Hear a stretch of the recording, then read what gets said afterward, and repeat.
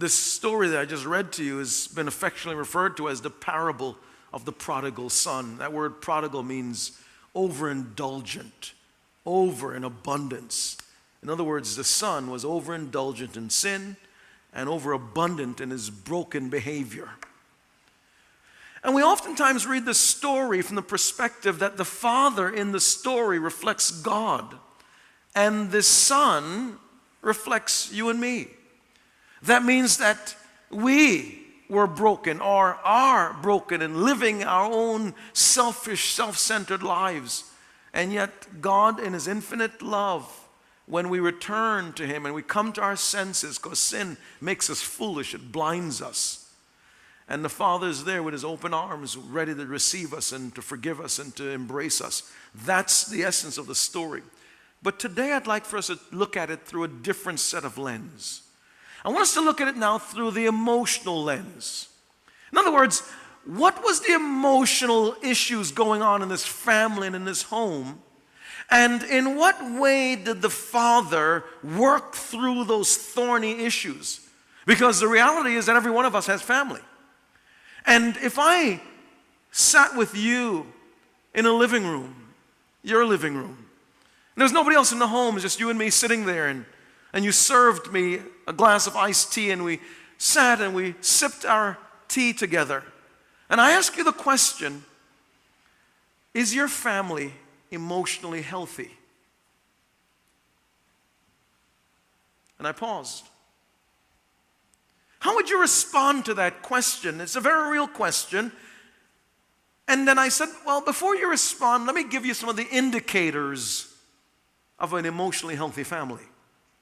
In fact, I'm just going to throw out to you 6 of them, even though there are many, but let me give you the 6 primary indicators of an emotionally healthy family. In your mind, you should have a checklist going on. You should be able to check off yes or no or not sure. The indicators of an emotionally healthy family are these. Mutual respect towards each other exists in the home. There's an honoring of one another. There's a deference towards one another. Even if you have little children, respect towards the children are there. How do you respect little kids? You listen to them when they speak. You say to them at times, it's your decision, sweetheart. I trust your judgment. And they're going to feel so good because mom is entrusting me to make a decision.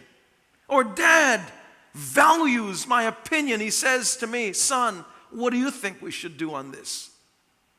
That conveys respect to children. A second indicator of an emotionally healthy home is the family works and plays together.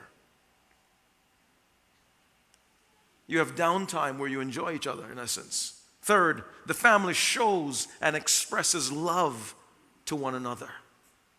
That's an indicator of an emotionally healthy home. The fourth indicator is the family has personal and family goals. Do the members of your family know what the goals are? What are the big things you're trying to accomplish? A year from now, 2 years from now. Is the family aware? Because an emotionally healthy home, they're championing something together. A fifth indicator is that each member takes part in the care of the home. What do you do in your home to take care of it? Don't you say, well, I make the bucks. No, I'm talking, well, who cleans the bathroom? Who cooks the meal? Who washes the dishes? Who sweeps the floor? And I'm not talking about a one-time deal on Thanksgiving, that's my day. No, I'm talking about in a regular way, what do you contribute to the care of the home? Because if you don't do something to provide care for the home, what you may not know is this. What's building up in the heart of those in the home that's doing and providing the care is resentment, anger, ill will. They'll feel as if this is inequity, and it won't be good. So in essence, the emotional health of the home is deteriorating if you don't provide care for the home. The sixth indicator is reasonable boundaries exist in the family. That's what we want to camp out on today.